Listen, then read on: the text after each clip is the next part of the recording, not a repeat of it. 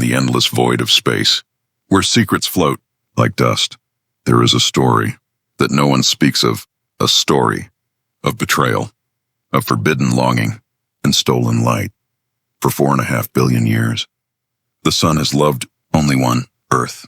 Every morning, the sun wakes and shines, only for her 150 million kilometers of emptiness between them. But every photon, every ray of light, travels this distance in 8 minutes just to touch Earth's face. The sun believed. Earth felt the same way. After all, Earth orbited, stayed close, never drifted the same distance.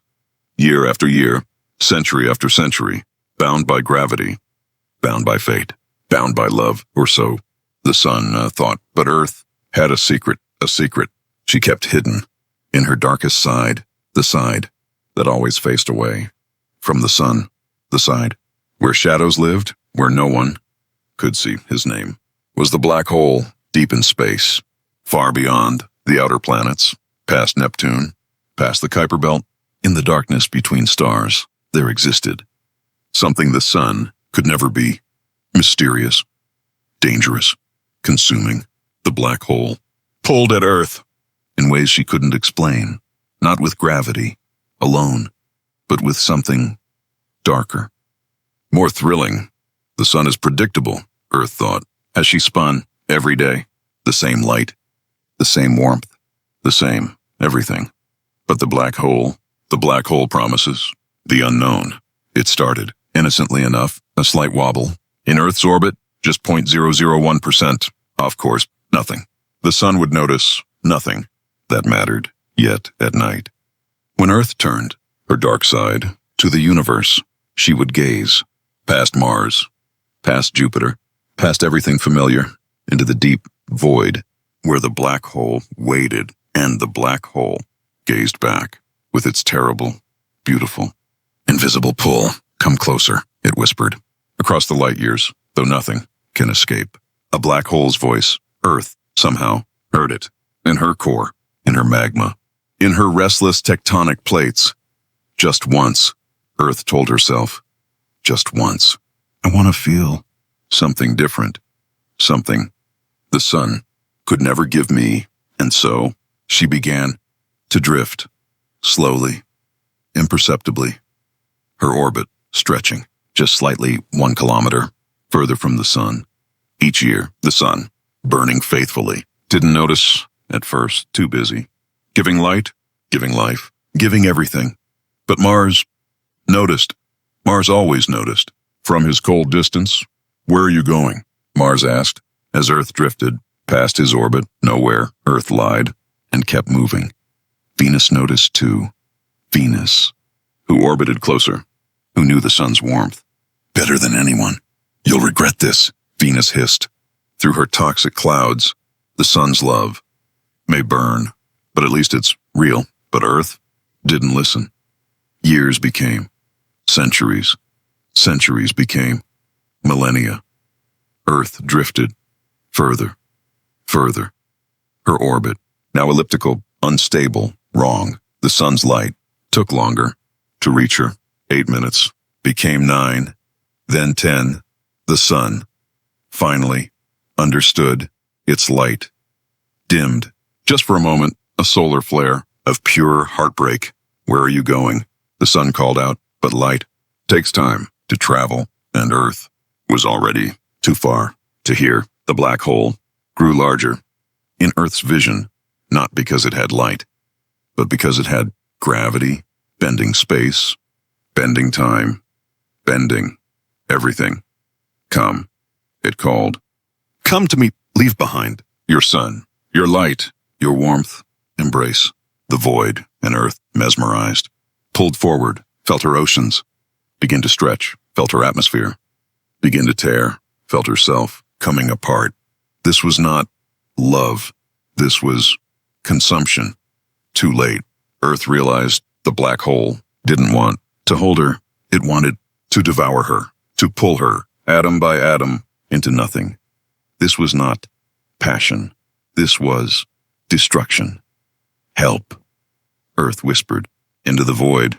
But the void has no mercy. Help, she cried, as her mountains began to crack as her ice caps boiled away, as everything she was started to unravel, and then from 150 million kilometers away, growing to 200 million, 250 million, a light appeared.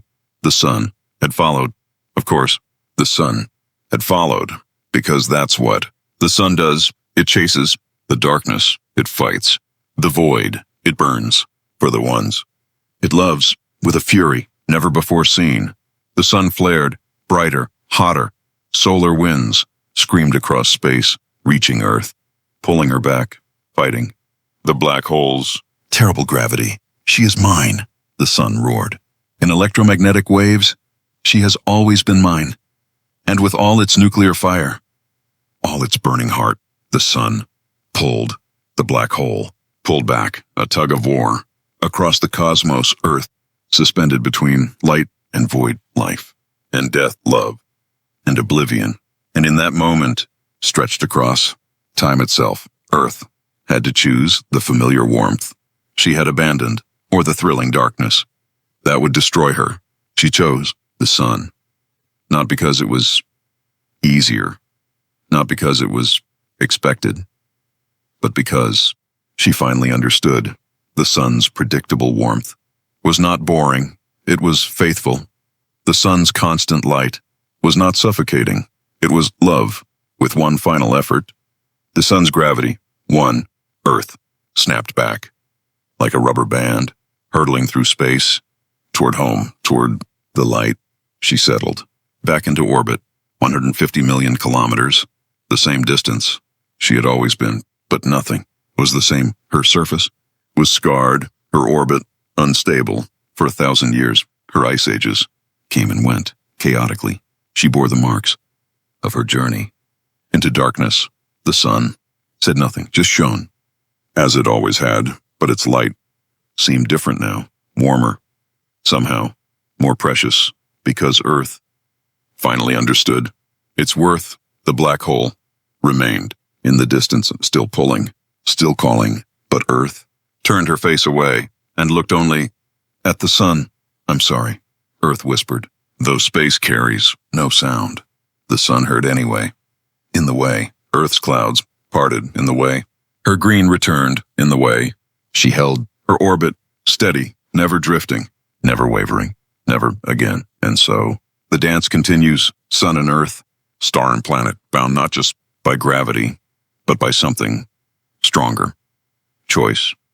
Every 8 minutes, the sun's light reaches Earth, and Earth receives it gratefully, knowing now what darkness truly costs, knowing now what light truly means. Some say Earth still dreams of the void on her darkest nights. She remembers that pull, that thrill, that terrible, beautiful call, but she never answers anymore because she learned what the sun always knew, that real love is not exciting. It is constant.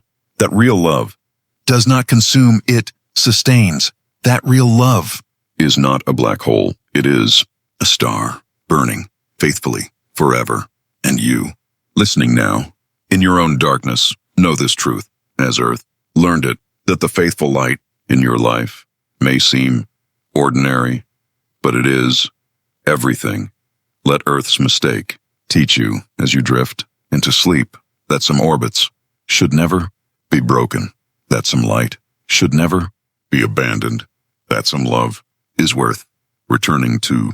The sun still shines, Earth still spins, 150 million kilometers apart, but closer than ever before. Sleep now, held by your own gravity, warmed by your own light, safe in your own orbit. The darkness may call, but you will not answer. You have learned Earth's lesson. You have chosen the light. Sleep, sleep, sleep, safe in the warmth of the star that never left, the sun that always forgave, the light that always returns. 8 minutes from the sun to Earth, to you, forever and ever and ever.